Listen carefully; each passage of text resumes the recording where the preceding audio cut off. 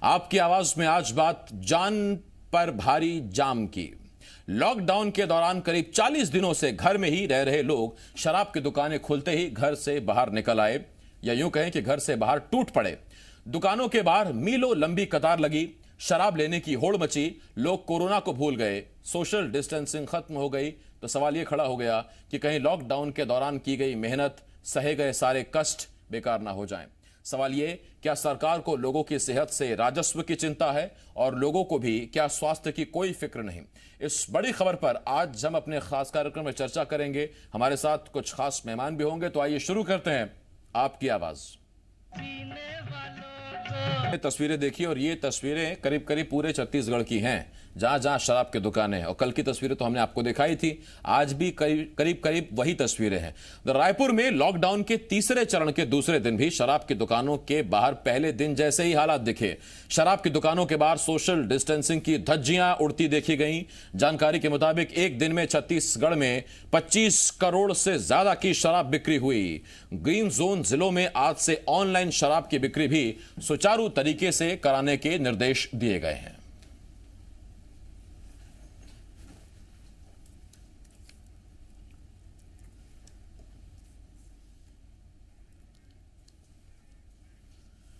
जहां एक तरफ लोगों में शराब लेने की होड़ मच गई, तो वहीं दूसरी तरफ राजस्व मंत्री कवासी लखमा राजस्व से जुड़े सवाल से बचते हुए नजर आए। छत्तीसगढ़ में शराब दुकानों के खुलने का आज दूसरा दिन है। अनुमान ये लगाया जा रहा है कि 2 दिनों में 50 करोड़ से ज़्यादा का शराब बिक चुका है। हालांकि आधिकारिक तौर पर जब इन आंकड़ों को लेकर हमने आबकारी मंत्री कवासी लखमा से बात करने की कोशिश की, तो उन्होंने कुछ भी कहने से इनकार कर दिया। लेकिन पहले दिन 37 करोड़ की शराब बिकी है, वहीं दूसरे दिन कितनी शराब बिकी है इसका अनुमान अभी नहीं लगाया गया है। इतना ज़रूर है कि शराब दुकानों का खुलना एक बड़ा खतरा बनकर सामने आया है। जहां एक तरफ सोशल डिस्टेंसिंग की धज्जियां उड़ाई जा रही हैं, वहीं दूसरी तरफ इन दुकानों के खुलने का विरोध भी शुरू हो चुका है। जी मीडिया के लिए कैमरामैन नरेश नवरंग के साथ रायपुर से रजनी ठाकुर। आबकारी मंत्री कवासी लखमा, हमने बहुत जानने की कोशिश की कि वो बताएं, लेकिन उन्होंने कुछ खास जवाब दिया नहीं इस पर कि शराबबंदी होगी नहीं होगी, कैसे होगा। खैर, आपने मंत्री कवासी लखमा की प्रतिक्रिया सुन ली, लेकिन ये दुकानें खुलने से जहां कुछ लोग खुश हैं तो कुछ लोग नाराज भी हैं। और आपको बता दें कि रायपुर में शराब की दुकानें खोले जाने का विरोध शुरू हो गया है। घटना खमतराई थाना क्षेत्र की। आज शराब की बिक्री के विरोध में महिलाएं सड़क पर उतर आई। बड़ी संख्या में महिलाएं आज शराब की भट्टी पर पहुंची और वहां पर विरोध जताया। ये देखिए तस्वीरें, पति लाइन में लगे हैं, जद्दोजहद कर रहे हैं, एक बोतल शराब की मिल जाए। पत्नियां लाठी लेकर आ गई कि हम भी देखते हैं शराब कैसे मिलेगी। तो बड़ा द्वंद्व छिड़ गया है। और छत्तीसगढ़ में महिलाओं का बहुत बड़ा वर्ग है जो शराबबंदी की मांग बहुत पहले से कर रहा है। और आपको याद होगा, कांग्रेस ने चुनाव से पहले वादा भी किया था शराबबंदी कर देंगे, फिर बाद में कहा चरणबद्ध तरीके से करेंगे।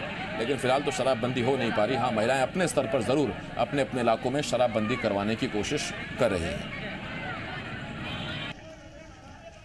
उधर छत्तीसगढ़ में शराब दुकानें खोलने के फैसले को लेकर बिलासपुर से कांग्रेस विधायक शैलेश पांडे ने नाराजगी जाहिर की है। उन्होंने मुख्य सचिव आरपी मंडल से फोन पर बातचीत की और शराब दुकानें खोले जाने को लेकर पुनर्विचार करने की गुजारिश की। शैलेश पांडे ने तर्क दिया कि 40 दिनों से कोरोना संक्रमण को रोकने के लिए शराब दुकानें बंद थी, लेकिन शराब दुकानें खुलते ही भीड़ दुकानों पर पहुंच गई। सोशल डिस्टेंसिंग का भी ख्याल नहीं रखा गया।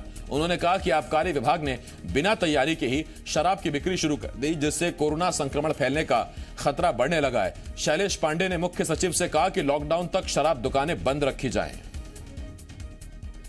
मैं आज हमारे प्रदेश के जो मुख्य सचिव हैं श्री आरपी मंडल जी, उनसे अनुरोध किया हूं कि शराब की दुकानों में जो खोली गई हैं उससे जो अव्यवस्थाएं फैली हैं और जो खतरा बढ़ा है, उससे मैंने भी अनुरोध किया है सरकार से कि शराब की दुकानें तत्काल बंद कर देनी चाहिए। तो ये आपने सुना, और हैरानी की बात यह कि ये बीजेपी के विधायक नहीं है, ये कांग्रेस के विधायक हैं शैलेश पांडे। और शैलेश पांडे कहते हैं कि मैंने आरपी मंडल साहब यानी कि जो मुख्य सचिव है उनसे बात की और पुनर्विचार करने की मांग की है। कांग्रेस के विधायक कांग्रेस सरकार के इस फैसले पर पुनर्विचार करने की मांग कर रहे हैं। खैर, 3 मेहमान हमारे साथ जुड़ रहे हैं। हमारे साथ श्रीचंद सुंदरानी जी, बीजेपी के नेता हैं, पूर्व विधायक हैं, प्रवक्ता हैं, हमारे साथ जुड़ रहे हैं। इसके साथ साथ कांग्रेस के नेता सुरेंद्र वर्मा जी हमारे साथ जुड़ रहे हैं, और देवेश तिवारी मेरे सहयोगी रायपुर से हमारे साथ जुड़ रहे हैं। मैं आप तीनों का बहुत बहुत स्वागत करता हूं। सबसे पहला सवाल सुरेंद्र वर्मा जी आपसे। सुरेंद्र जी, देखिए, वादा तो आपने भी किया था शराबबंदी कर देंगे, 40 दिन तक दुकानें बंद रही, तो ये तो बेहतरीन मौका था। आप क्यों नहीं शराबबंदी इसी बार से लागू कर सकते थे? करिए ना शराबबंदी, और तब जबकि आप कहते हैं कि छत्तीसगढ़ की आर्थिक स्थिति बाकी प्रदेशों से बेहतर है। आसिफ जी, बिल्कुल बहुत गंभीर विषय है और मैं निवेदन करना चाहूंगा अपनी बात रखने से पहले। आरोप लगाने में, सवाल पूछने में निश्चित रूप से कम समय लगता है, लेकिन मैं अपनी बात को विस्तार से रखना चाहूंगा। निवेदन है कि मुझे अवसर दिया जाए। निश्चित रूप से दोनों स्थितियां बिल्कुल अलग है। अभी महामारी रोकथाम अधिनियम के तहत जो लॉकडाउन का प्रोटोकॉल है, जिसके तहत मोदी सरकार के द्वारा न केवल छत्तीसगढ़ बल्कि पूरे देश में न केवल शराब बल्कि गुटखा, पान, तंबाकू, सिगरेट सहित सभी इस प्रकार के पदार्थों के विक्रय की अनुमति दी गई है, वो और कांग्रेस के द्वारा जो घोषणा पत्र में शराबबंदी का वादा किया गया था, दोनों परिस्थितियां अलग है, तथ्य अलग हैं। उसको जिस प्रकार से एक साथ मिलाकर भ्रम फैलाने की स्थिति खड़ी की जा रही है, निश्चित रूप से यह दुर्भाग्यपूर्ण है। कांग्रेस शराबबंदी के अपने वादे पर आज भी कायम है और सरकार में आते ही निश्चित रूप से उस दिशा में आगे कदम बढ़ा चुकी है। मैं आपसे कहना चाहूंगा कि हमारे सामने दो उदाहरण हैं। एक गुजरात, जहां पे विगत लगभग 4 दशकों से शराबबंदी लागू है, लेकिन यह भी सत्य है कि देश भर में सबसे ज्यादा शराब का खपत वही है। हाल ही में हमने बिहार का भी उदाहरण देखा कि किस प्रकार से जो लाल घोड़ा जैसे शराब, उसकी खाली शीशियां वहां पे मिल रही हैं और तस्करी के बड़े पैमाने पे मामले सामने आ रहे हैं। तो निश्चित रूप से तस्करी को रोकना एक बड़ी चुनौती है।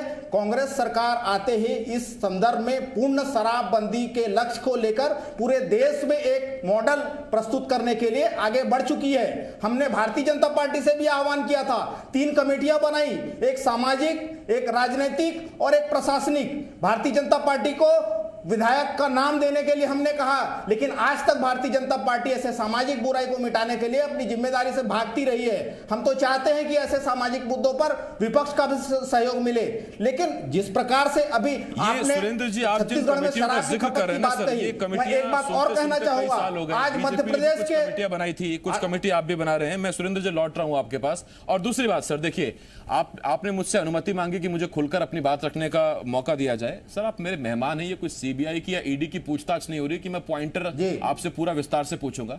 मेन बात बताइए सर, उसके बाद जल्दी जल्दी हमें दूसरे के पास आते हैं ना। आप मेहमान है, पूरा सम्मान करता हूं मैं आपका, उसमें इतना इलेबोरेट करके सर फिर समय कम रह जाएगा। खैर, श्रीचंद सुंदरानी साहब, मैं आपके पास आ रहा हूं, आपसे एक सवाल भी बताइए। हाँ सुरेंद्र जी, आता हूं आपके पास। श्रीचंद सुंदरानी साहब, बीजेपी कहती है कि बहुत तरीके से, बहुत प्रैक्टिकली हम चीजों को आगे बढ़ा रहे हैं। हम लॉकडाउन कर रहे हैं, पहला किया, दूसरा किया, तीसरा किया। मैं आपसे ये पूछता हूं, अगर किसी ने 40 दिन शराब नहीं पी है और वो शराब का आदी है, और आपने अचानक कह दिया कि ग्रीन और ऑरेंज जोन में हम 4 मई को शराब की दुकानें खोल देंगे, तो क्या आप ये नहीं जानते कि लोग वहां टूट पड़ेंगे? आप नहीं जानते कि एकदम से आप जब दुकानें खोलेंगे तो जो 40 दिन से प्यासा बैठा है वो कैसे क्या करेगा? वो लॉकडाउन की धज्जियां उड़ा देगा। ये कैसी आपकी रणनीति थी सर? कैसा आपकी प्रैक्टिस है ये? देखिए, निश्चित रूप से केंद्र सरकार ने गाइडलाइन जारी की, ग्रीन और रेड जोन में भी शराब की दुकानें खोली जानी चाहिए। ये राज्य सरकारों के ऊपर छोड़ा है और राज्य सरकारों ने गाइडलाइन के बारे में बार बार ये बात को कहा। हमारे प्रदेश की बड़ी संवेदनशील सरकार, भूपेश बघेल जी की सरकार, जो अति संवेदनशील सरकार है, उन्होंने प्रधानमंत्री जी के हर आदेश को माना। सीए लगाया, प्रधानमंत्री जी ने कहा तो मान लिया, और ये शराब के ऊपर उन्होंने केंद्र की गाइडलाइन के आदेश को मान लिया। लेकिन मैं ये बोल रहा हूँ कि ये बार बार प्रधानमंत्री और केंद्र की गाइडलाइन की बात ये प्रदेश की सरकार और कांग्रेस के नेता कर रहे हैं, तो जो केंद्र ने गाइडलाइन जारी की उसमें बहुत सारे व्यापारों को खोलने की बात की थी। क्यों नहीं छत्तीसगढ़ में उस गाइडलाइन का पालन किया गया? ये भूपेश बघेल जी की सरकार के सामने सिर्फ शराब ही शराब दिख रहा है और कुछ नहीं। आप देखिए, नैतिकता की बात तो इनमें नहीं रही। 1.5 साल से कमेटी कमेटी कमेटी चिल्लाते हैं। बंद करने की बात इन्होंने की। आज गुजरात का उदाहरण दे रहे हैं, आज बिहार का उदाहरण दे रहे हैं। जब इन्होंने घोषणा पत्र में शपथ लेकर वादा किया था तो कहीं ना कहीं उस वक्त भी गुजरात और बिहार मॉडल इनके सामने रहा होगा। लेकिन छोड़िए, मैं उस बात पे नहीं जाना चाहता। 1.5 साल हुआ है, आप तो 15 साल रहे सर। की बात करते हैं। देखिए, हमने कभी नहीं कहा था हम शराबबंदी करेंगे। हमने कहा था कि धीरे धीरे हम शराबबंदी की ओर जाएंगे। हमने 250 दुकानें बंद की थी। आज महिलाएं सड़क पे है, आज महिलाएं शराब दुकानें बंद करना चाहती। 40 दिन से लोगों के घरों में पैसा नहीं है, बेरोजगार होकर लोग बैठे। क्या घरेलू हिंसा नहीं भड़केगी? जिस प्रकार से इन्होंने बिना व्यवस्था के आज 500 700 की भीड़, एक शराब की दुकान पे भीड़ जमा हो रही है। क्या सोशल डिस्टेंस मेंटेन करने की जिम्मेदारी राज्य सरकार की नहीं थी? क्या वो भी मोदी जी आके यहाँ पे व्यवस्था संभालेंगे? क्या राज्य सरकार अपनी जिम्मेदारी क्या कर रही है? कहीं अपनी जिम्मेदारी करती दिख नहीं रही। सिर्फ राजस्व एक मुद्दा दिखता है। राजस्व भी आवश्यक है। हम ये कहते हैं कि निश्चित रूप से प्रदेश चलाने के लिए राजस्व की जरूरत है, लेकिन राजस्व लाने के और भी कई तरीके हैं। ठीक है, कई तरीके हो सकते हैं। मैं लौट रहा हूँ सुंदरानी साहब आपके पास, मेंटेन करते हुए चालू किए सुंदरानी जी लौट रहा हूँ आपके लेकिन पास, इन्होंने चालू नहीं किए। जी सुंदरानी जी लौट रहा हूँ मैं। देवेश आपके पास आ रहा हूँ। देवेश, 2 वजह समझ में आती हैं शराब की दुकानों के बाहर उमड़ी इस भीड़ की। पहला, 40 दिन की वो तलब जो शराब पीने के लिए शायद किसी शराब के आदी को होती हो, वो उसे खींच लाई। दूसरी, देश में कुछ राज्यों में अचानक से शराब पर बहुत ज्यादा एक्साइज बढ़ा दिया गया। दिल्ली में 70% तक शराब की कीमतें महंगी कर दी गई। क्या, क्योंकि सूचना के इस दौर में बड़ी चीजें बहुत तेजी से यहाँ होती हैं, तो क्या लोगों को एक ये डर भी है कि कहीं ऐसा ना हो कि कुछ दिन में, 1 हफ्ते में, 10 दिन में छत्तीसगढ़ में भी शराब इतनी महंगी कर दी जाए कि हद से बाहर हो जाए? इसीलिए जितना अभी स्टॉक कर सकते हैं कर लीजिए, जितना भरना है भर सकते हैं भर लीजिए। देखिए आसिफ, लोग काफ़ी लंबे समय तक जो है जो शराब पीने के आदी रहे हैं, उनको एकाएक एक लॉकडाउन की वजह से शराब और उनके बीच में दूरी बढ़ गई थी। और जब अवसर मिला है तो तमाम लोग एक साथ कतार में चले जाना चाहते हैं। अच्छा, एक खतरा और बना हुआ है कि अगर आगे आने वाले समय में ये आदेश निकल जाता है कि जो रेड जोन है, कंटेनमेंट एरिया है, वहाँ पर अगर शराब नहीं बेचने की बात कह दी जाती है, ऐसी स्थिति में भी लोग, जो शराब प्रेमी लोग हैं, वो लोग अपने घरों में स्टॉक भर के रखना चाहते हैं। यही वजह है कि जहां 19 से 20 करोड़ की बिक्री होती थी, वहां 35 करोड़ की बिक्री एक दिन में दर्ज की गई है, तब जबकि समय सीमा निर्धारित थी और पहले से कम समय तक शराब बेचा जाना था। नतीजा ये रहा कि कल शाम 7 बजे तक शराब की बिक्री होनी थी और शाम को 5 बजे जो शराब दुकानें हैं उनमें शटर डाउन करना पड़ा क्योंकि शराब खत्म हो चुकी थी। तो आप समझ सकते हैं कि शराब प्रेमी वर्ग छत्तीसगढ़ में बहुत बड़ा है। लेकिन सवाल ये है कि सोशल डिस्टेंसिंग के माध्यम से जो आदेश में लिखा होता है, जो सरकारी पर्चे में लिखा होता है, वो जमीन में आते आते क्यों खत्म हो जाता है? कुछ एक जगहों पर तो बड़ा बढ़िया पालन हुआ है कि लोगों ने दूरियां बनाकर रखी और दूरियां बना करके शराब खरीदी, लेकिन कुछ जगहों पर यह भी देखने को मिला है कि जहां पर आपने बैरिकेडिंग की है, जहां पर आपने बांस की बल्लियां लगाई हैं, वहां पर तो लोग नियम का पालन कर रहे हैं, लेकिन बाहर जब जो भीड़ इकट्ठा हो रही है, जो कतार में लगने जा रही है, वहां पर सोशल डिस्टेंसिंग की धज्जियां उड़ चुकी हैं। वह वर्ग कतारों में खड़ा है जो वर्ग कवर्धा में पॉजिटिव मिलता है, वो वर्ग कतार में खड़ा है जो दुर्ग में पॉजिटिव मिलता है। तो ऐसी स्थिति में कोरोना को लेकर के एक बड़ा आमंत्रण ये हो सकता है। इसलिए जो ऑनलाइन डिलीवरी की व्यवस्था की गई है, जो कि वेबसाइट तो बनी है लेकिन अब तक शुरू नहीं हो पाई है, तो इस तरह की व्यवस्थाएं सरकार करे, क्योंकि राजस्व की चिंता भी सरकार को करनी है। 4000 करोड़ रुपए राजस्व से इसी के जरिए आता है ताकि वो जन कल्याणकारी योजनाओं में एक तरह से शराबी अपना अर्थव्यवस्था में अपना योगदान दे रहा है, शराब खरीद कर, शराब पी करके। दूसरी ओर सरकार उसी को सब्सिडी करके उनके इलाज में अलग खर्च करती है। तो एक जो बैलेंस है उसे बनाए रखने के लिए अगर सरकार बेचना ही चाहती है तो व्यवस्था कुछ इस तरह की हो कि जो कम से कम व्यवस्था इस तरह की होनी चाहिए थी कि पहले दिन शराब की दुकानों के बाहर यूं टूट ना पड़ते। और आप सोचिए, दुआ कीजिए, उम्मीद कीजिए कि जो 500-800 की जो लोगों की भीड़ एक एक ठेके के बाहर है, वो उनमें से कोई एक कोरोना पॉजिटिव ना हो, वरना वो सारी मेहनत 40 दिन की 4 मिनट ही लगेंगे उसे बर्बाद होने में। मैं देवेश लौट रहा हूं आपके पास। सुरेंद्र जी, आपसे मेरा एक सवाल, आपने बड़ा गहन अध्ययन किया गुजरात और बिहार में शराबबंदी की, उसके साइड इफेक्ट्स, उसके फायदों के बारे में। आपने इस बात का अध्ययन नहीं किया कि जब वहां पर शराबबंदी है, इसका मतलब शराब से राजस्व नहीं आ रहा, तो फिर कैसे ये 2 स्टेट्स अपनी सरकार चला रहे, कैसे राजस्व ला रहे? इस बारे में कभी अध्ययन किया? उस तरफ भी तो बढ़िए। आसिफ जी, निश्चित रूप से कल ही हमारे वित्त मंत्री आदरणीय महाराज साहब टी.एस. सिंहदेव जी ने पीयूष गोयल जी जो वित्त राज्य मंत्री है केंद्र के, उनसे बात की, उनसे ये कहा, ये निवेदन किया कि 1555 करोड़ रुपए जो जीएसटी का राज्य का हिस्सा रोका गया है वो जारी करें। कोरोना महामारी है, इस समय भारतीय जनता पार्टी के जो छत्तीसगढ़ तो के नेता केंद्र का गुस्सा आप छत्तीसगढ़ के लोगों पे निकालेंगे, शराब पिलाएंगे आप? पीएम केयर फंड में दान डलवाएं, लोगों से अपील करें।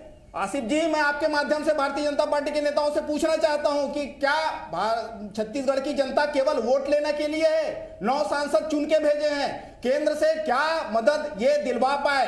एक मूल बात मैं कहना चाहूंगा आसिफ जी, आपने जैसे आंकड़ों की बात कही, 25 करोड़ रुपए की बिक्री कल के दिन में छत्तीसगढ़ से हुआ था, तो यूपी जहां योगी जी की सरकार है 225 करोड़ का शराब वहां पे बिका था। मध्य प्रदेश जो हमारा जो पड़ोसी राज्य है, वहां पे आज नरोत्तम मिश्रा जी का बयान आता है कि दारू की बिक्री में व्यवधान बर्दाश्त नहीं किया जाएगा। ठेकेदार अगर दुकान नहीं खोलते हैं तो उनका निरस्त करके नए सिरे से आवंटन किया जाएगा। तो पूरे देश में अलग संविधान है और छत्तीसगढ़ में अलग, वहां पे अमृत हो जाता है, यहाँ ये विरोध करने खड़े हो जाते हैं। लॉकडाउन के दौरान हमने देखा आसिफ जी कि किस प्रकार के भारतीय जनता पार्टी के मंडल अध्यक्ष सरेआम शराब पीते और पिलाते पकड़े गए। अभी हाल ही में कवर्धा जो एमपी से लगा हुआ बॉर्डर है, भारतीय जनता पार्टी के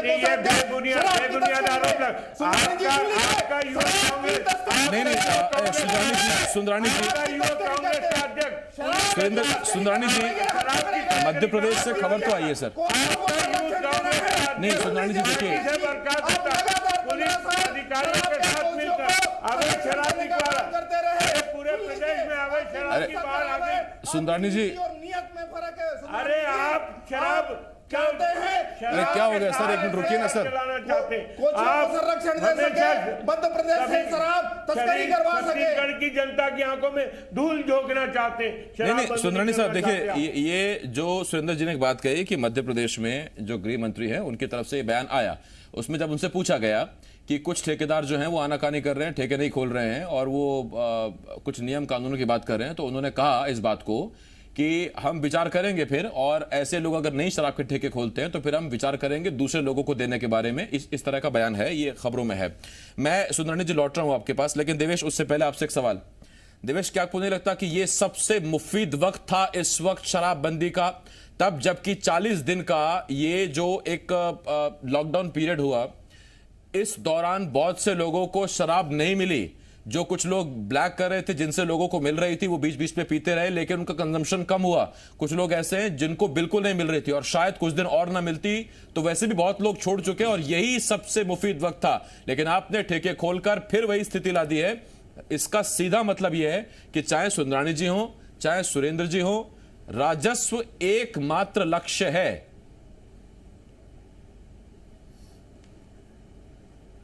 आसिफ जी, एक बात और कहना चाहूंगा। अरे रुकिए ना, एक मिनट सर। 4000 करोड़ का बजट जो है वो शराब के जरिए आना है, और इसलिए जो है सरकार शराबबंदी को फिलहाल नहीं लागू करना चाहती। बार बार हम सरकार से सवाल पूछते हैं कि शराबबंदी कब होगी, विपक्ष सवाल पूछता है शराबबंदी कब होगी, तब जवाब ये होता है कि वादा 5 साल के लिए किया गया था, 5 साल में शराबबंदी कर देंगे। लेकिन इस समय जो परिस्थितियां बनी है, थोड़ी देर पहले जो दोनों साथी कह रहे थे, भारतीय जनता पार्टी का मंडल अध्यक्ष पकड़ा गया है शराब पीते हुए, कांग्रेस युवा कांग्रेस का जिला अध्यक्ष पकड़ा गया है शराब बेचते हुए। तो इस जो हमाम है शराब का, उसमें कोई भी पाक साफ नहीं है, सभी राजनीतिक दलों के लोग जुड़े होते हैं, उस तरह की परिस्थितियां बनी होती हैं। लेकिन इस समय जो परिस्थितियां थी कि एक लंबा वक्त गुजरा जिसमें मौका था सरकार के पास कि अगर शराबबंदी करना चाहते थे, जो कि बार बार कहा जाता है कि लोग साबुन खाने लगेंगे, लोग अन्य चीजें पीने लगेंगे, हालांकि 3 लोगों की स्पिरिट पी की मौत भी हुई है, लेकिन आज परिस्थिति ये भी तो है कि जांजगीर में एक शख्स ने शराब पी करके अपने मां की हत्या कर दी है। तो परिस्थितियां दोनों तरफ से खराब हो रही हैं। अगर सही नियत से विचार करना है तो यह सही समय था, और अगर शराबबंदी लेट से ही करना है तो फिर वक्त कभी आ ही नहीं सकता। ठीक, वो फिर वक्त कभी नहीं आएगा। एक लाइन कहना चाहूंगा, 10 सेकंड। हाँ, मैं दूंगा ना आपको एक लाइन कहने का वक्त। सुरेंद्र जी, एक लाइन कहने में सिर्फ 30 सेकंड लगते हैं, मैं आऊंगा आपके पास। सुंदरानी जी, आपके पास आ रहा हूं। ये ठीक है सर, कांग्रेस वाले शराब बेच रहे हैं, कांग्रेस के नेता, आपके नेता शराब पी रहे हैं, दोनों की तस्वीरें कैद हो रही हैं, और आप दोनों यहां पर शराबबंदी पर चिंता जाहिर कर रहे हैं।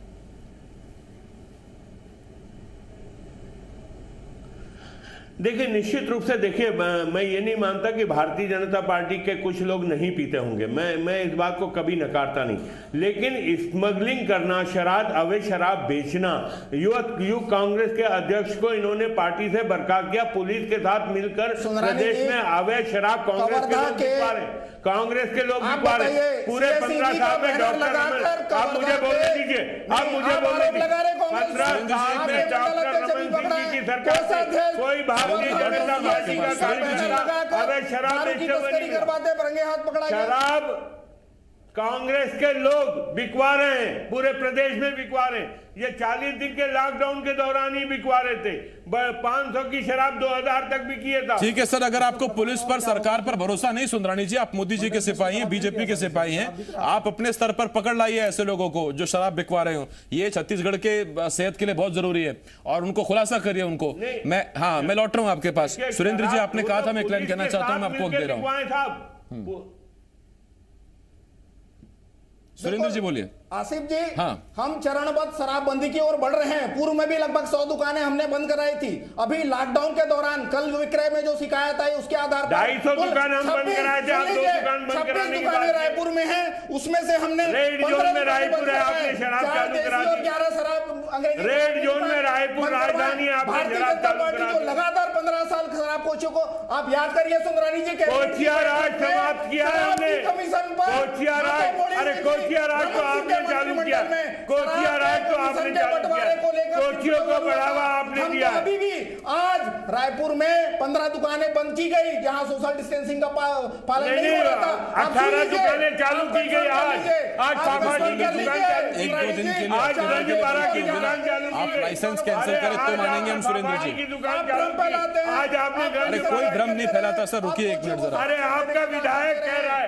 ठीक है, वक्त खत्म हो गया मेरे पास। सुंदरानी जी बहुत शुक्रिया, सुरेंद्र जी बहुत शुक्रिया आपका। देखिए, और देवेश आपका बहुत शुक्रिया। एक बात तो साफ है, शराब, धान और ये 2 ऐसे टॉपिक है छत्तीसगढ़ में कि जब भी हम दिखाते हैं तो देखिए सरकारें विपक्ष एक दूसरे पर जम के आरोप लगाते हैं। क्यों? दोनों बहुत बड़े मुद्दे हैं छत्तीसगढ़ की सियासत में। धान क्योंकि धान का कटोरा है, शराब इसलिए क्योंकि एक वक्त था कि छत्तीसगढ़ नंबर 1 था कंजम्पशन वाले स्टेट्स में, यानी कि जहां सबसे ज्यादा खपत होती है छत्तीसगढ़ नंबर 1 स्टेट हो गया था। और आप सोचिए ना कि एक दिन में अगर छत्तीसगढ़ में 25 से 35 करोड़ की शराब खरीदी जा रही है तो आप अंदाजा लगाइए लोग कितनी बड़ी तादाद में शराब खरीद रहे हैं। और फिर इस शराब का होगा क्या? लोग पिएंगे, बहकेंगे, फिर हिंसाएं होंगी, वारदातें होंगी। आप इन चीज़ों को सोचिए। लेकिन ऐसे कितने लोग हैं जो इस 40 दिन में शराब ना मिलने की वजह से मर गए? शराब की जगह कुछ और खाया पिया मर गए, वो एक अलग चीज़ है। शराब के बिना कितने लोग मर गए आप ज़रा सोचिए। और शराब पीने के बाद कितने क्राइम होते हैं ये ज़रा आप सोचिए। कुल मिलाकर दोनों पार्टियां एक दूसरे पर आरोप लगा रही हैं कि हमने शराबबंदी चरणबद्ध तरीके से कोशिश की। ये कह रहे हैं कि हम तो करने जा रहे हैं, अभी हमारे 3.5 साल बाकी हैं, 4 साल बाकी हैं। लेकिन यहाँ आपको ये तय करना पड़ेगा। और क्या ये जो तस्वीरें सामने आ रही हैं, क्या ये सवाल नहीं पूछ रही तस्वीरें कि हमने 40 दिन जो तमाम तकलीफें सही, हम घर पर रहे, हमने सारे नियम कानूनों का पालन किया, और ये जो 700 लोग इतनी सी लाइन में लगे हुए हैं वहाँ पर एक दूसरे से चिपक कर, और कोरोना सोशल डिस्टेंसिंग उसका क्या? ज़रा सोचिएगा। छोटे से ब्रेक के लिए